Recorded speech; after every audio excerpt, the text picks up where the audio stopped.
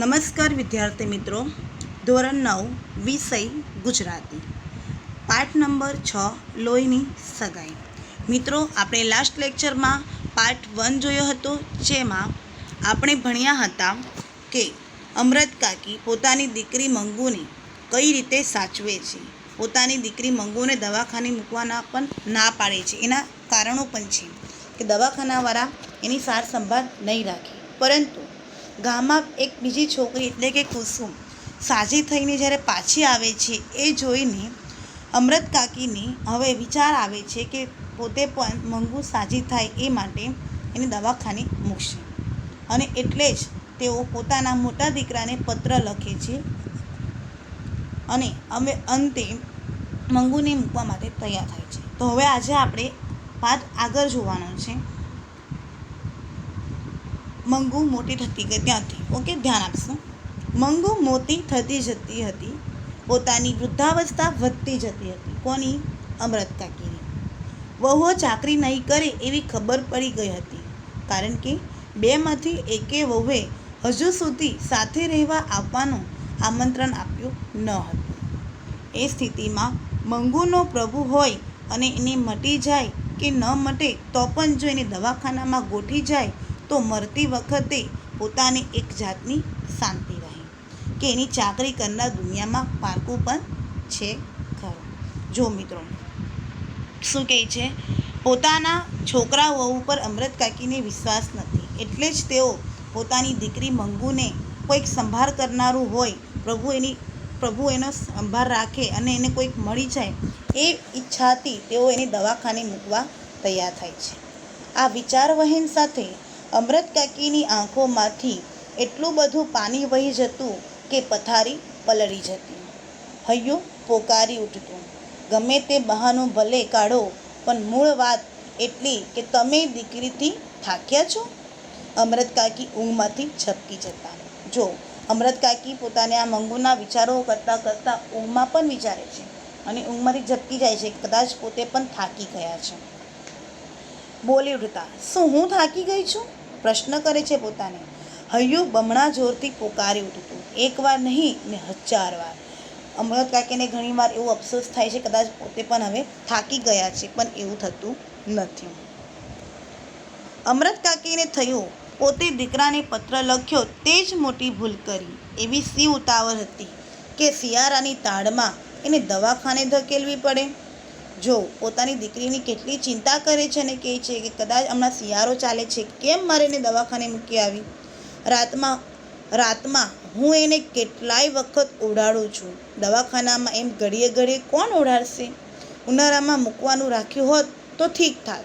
જો અમરત કાકીએ નક્કી તો કર્યું કે મંગુને દવાખાને મૂકવી, પણ એ મૂકવા જતાં પહેલાં પણ એના જે મનોમંથન છે, એના મનમાં ચાલતા જે વિચારો છે, એ એમને હેરાન કરે છે, એ એમને ચિંતિત કરે છે. પરંતુ પત્ર મળતા દીકરો આવી પહોંચ્યો. દવાખાનામાં દાખલ કરવાનો મેજિસ્ટ્રેટનો હુકમ પણ મેળવી લીધો.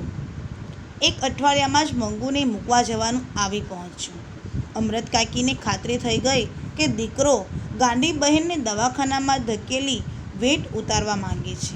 એવું ના હોત તો પત્ર મળતા તરત આવી શું કામ પહોંચે? બરાબર.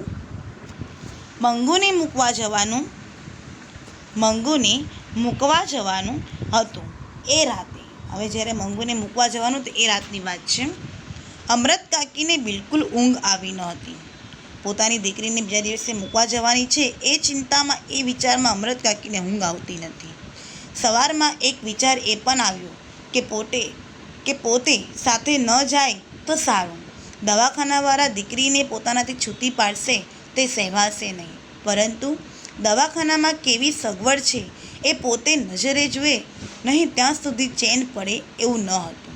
એટલે એ ન છૂટકે જવા તૈયાર તો થયા, પણ મંગુને લઈ ઘર બહાર નીકળવાનું થયું ત્યારે એમના ઉપર બ્રહ્માંડનો ભાર આવીને ઠલવાઈ ગયો. આંખમાંથી શ્રાવણ ભાદરવો શરૂ થયો. શ્રાવણ ભાદરવો શરૂ થવું એટલે શું? આંખમાંથી ચોધાર આંસુ પડવા, ખૂબ જ આંસુ પડવા, રડવું. નજર મંગુ ઉપર ચોંટી ગઈ હતી કે કેમે તે ઉખડતી જ ન હતી. જો હવે મંગુને મૂકવા જવાના છે દવાખાને, ત્યારની પરિસ્થિતિ. મંગુએ પહેરેલા નવા કપડાનો રંગ ધારીને જોઈ રહી હતી. ગેલમાં આવી ગઈ હોય એમ. ગેલમાં આવી જવું એટલે ખૂબ જ આનંદમાં આવી જવું, ખૂબ જ આનંદિત થઈ જવું. આવી ગઈ હોય તેમ અમૃત કાકી સામે જોતા એ હસી પણ કરી. એ સમૂહ અમૃત કાકીનું દિલ કપાઈ ગયું. જો મંગુ તો પાગલ છે ને એટલી નથી ખબર કે એને દવાખાનામાં મૂકવા જવાની છે, પણ અમૃત કાકીનું દિલ દુખે છે, એને દુઃખ થાય છે, એ રડી પડે છે. ધોર પણ એને ખીલેથી છોરી બીજે લઈ જવામાં આવે છે ત્યારે નવા ધણીને ઘેર જવા આનાકાની કરે છે. અમૃત કાકીને વિચાર આવે છે કે જો કોઈ ધોર હોય, જો એને એક જગ્યાથી બીજી જગ્યાએ લઈ જવામાં આવે તો એ પણ આનાકાની કરે છે. પરંતુ આ મંગુને તો એટલી ખબર નથી પડતી, બરાબર છે. મંગુને એટલું ભાન ન હતું. એ પ્રત્યક્ષ અનુભવતા અમૃત કાકીઓ ઉમરા ઉપર ફસડાઈ પડ્યા. પ્રત્યક્ષ એટલે એકદમ સામે જોઈ છે. હૈયું કકરી ઉઠ્યું. અબુધ દીકરીનું દુનિયામાં કોઈ નહીં. અબુધ એટલે જેને કોઈ જ પ્રકારનું ભાન નથી, પાગલ છે. સગી મા પણ એની ના થઈ. એની માને પણ એ ઓળખતી નથી, એને માની પણ ખબર પડતી નથી. દીકરાએ મા તરફ નજર કર્યા સિવાય લથડિયું ખાઈ પગ ઉપાડતા કહ્યું, મોડું થાય છે, હવે નીકળવું જોઈએ. અને ફર્યા બહાર નીકળતા એને ધોતિયાના છેડા વતી આંખો લૂછી નાખી. કોને? અમૃત કાકીના દીકરાએ. પાડોશી સ્ત્રીએ મંગુને હાથ ઝાલી આગળ દોરી. બીજી સ્ત્રીઓએ અમૃત કાકીને ટેકો આપ્યો. છેવટે કડવો ઘૂંટડો હૈયામાં સમાવી ઢીંચણ ઉપર હાથ ટેકવી એ ઊભા થયા. બે જણે ઝાલીને ચઢાવ્યા ત્યારે એમનાથી દમણિયામાં ચઢાયું. દમણિયા એટલે ગાડામાં. મંગુ ગાંડી છે એમ જાણતા ગાડીમાં મુસાફરોની મજાનો ખોરાક મરી ગયો. જ્યારે મંગુને લઈ જવામાં આવે છે ત્યારે ગાડીમાં લોકો જોઈ છે કે આ મંગુ ગાંડી છે, એટલે લોકો એની મજાક ઉડાવે છે, લોકો મજા લે છે.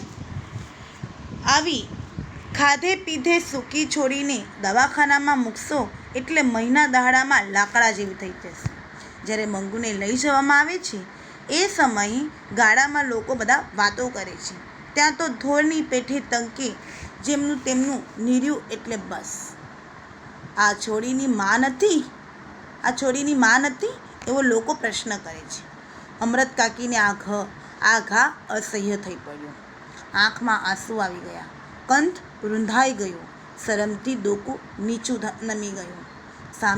સાથે માથું નમતા મા તરીકેનો એમનો દાવો પણ આપોઆપ વ્યક્ત થઈ ગયો. બાપરે, તમે મા થઈને એને ધકેલી મૂકો છો, પછી દવાખાનાવાળાનો શું દોષ કાઢવો?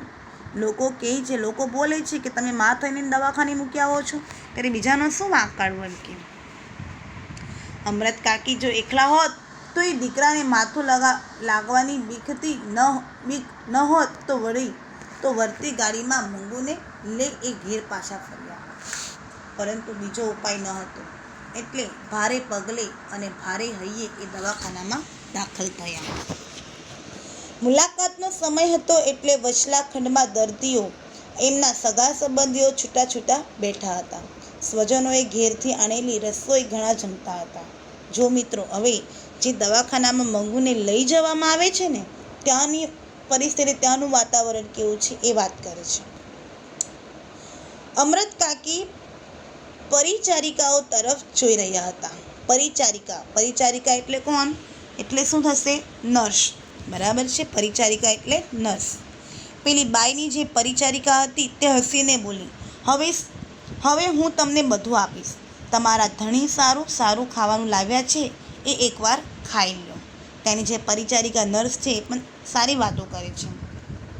પેલી ગાંડી બાઈ છણકો કરતા બોલી, મેં દાંતણ નથી કર્યું, મેં મોઢું નથી ધોયું.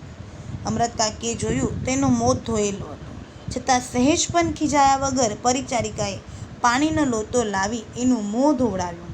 નેપકિન વતી મોં લૂછી નાખ્યું. અમૃત કાકીના હૈયાને તાડક ભરી કે કામ કરનાર લોકો છે તો માયાળુ. અમૃત કાકીના મને તાડક થાય છે કે અહીંયાના જે લોકો છે એ કેવા છે? માયાળુ છે, જેથી પોતાની દીકરીની સંભાળ પણ સારી એવી રખાશે. એટલે એક પ્રકારની એને શાંતિ થાય છે.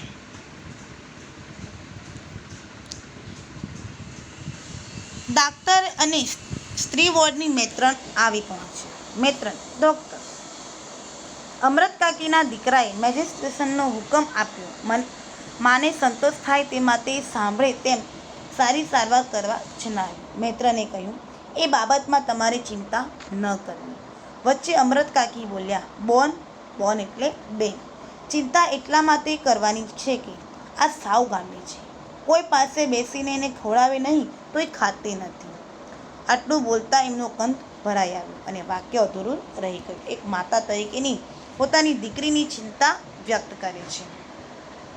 દૂર ઊભેલી પરિચારિકાઓ નજીક દોડી આવી. એક બોલી ઉઠી, તમે બા કોઈ જાતની ફિકર કરશો નહીં, અમે એને મોંમાં કોર્યો ઘાલીને ખવડાવીશું. ગરગરા સાદે અમરત કાકી બોલ્યા, એ જ બોન મારે કહેવું છે. એને ઝાડા પેશાબનું ભાન નથી, એટલે રાતે કપડાં બગાડે તો જોજો, નહીં તો ભીનામાં સૂઈ રહેશે તો વાયુ થઈ જશે. વાયુ થવું એટલે શરદી થઈ જવું.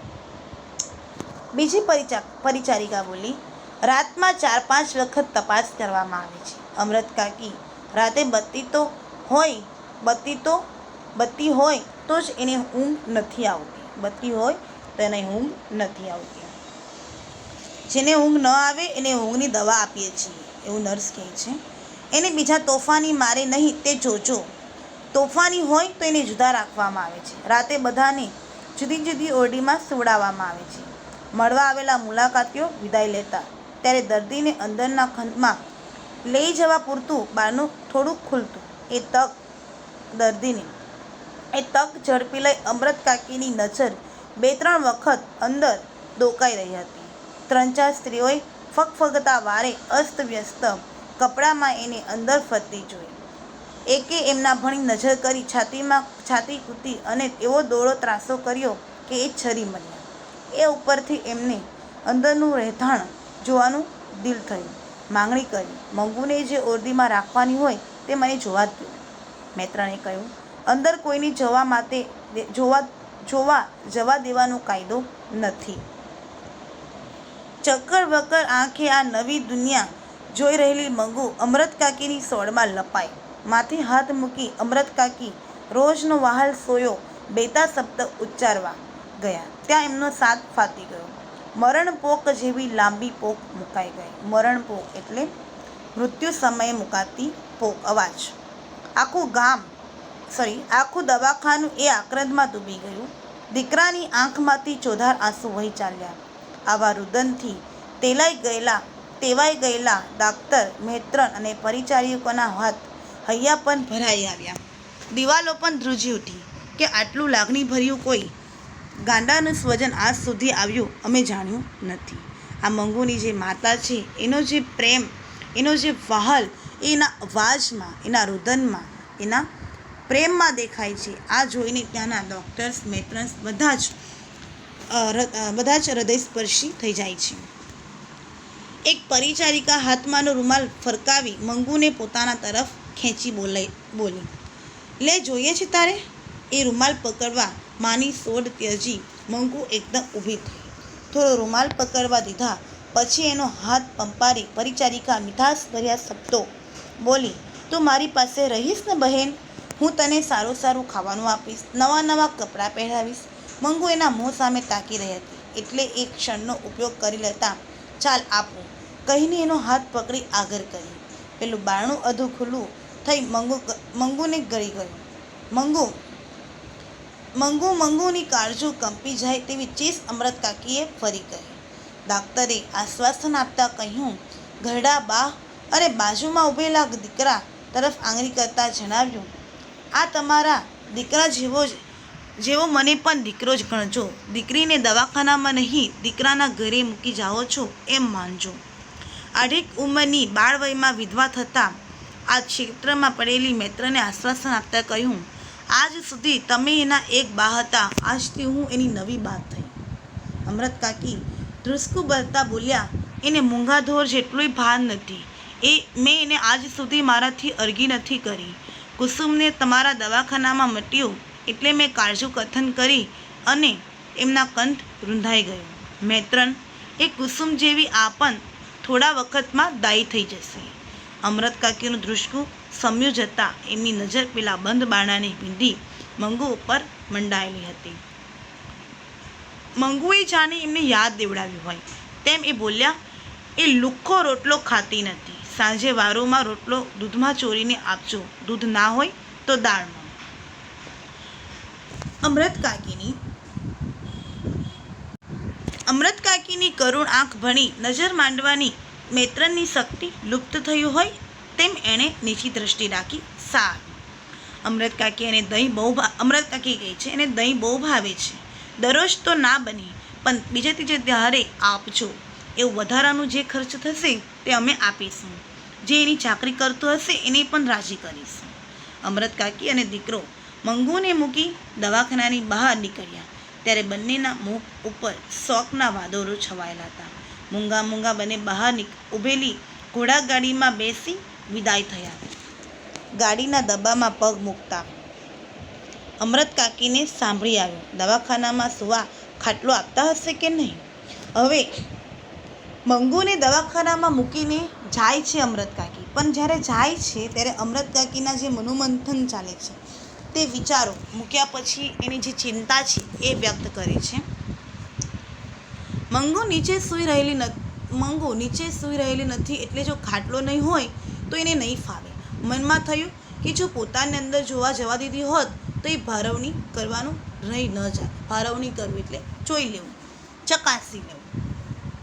ઓરડીમાં ખાટલો ન જોવા એટલે તરત સાંભળી આવે. દવાખાનામાં કામ કરનાર માયારું છે, ભલા છે એવી ખાતરી અમરત કાકીને થઈ હતી, પરંતુ એમને અંદર જવા દીધા ન હતા.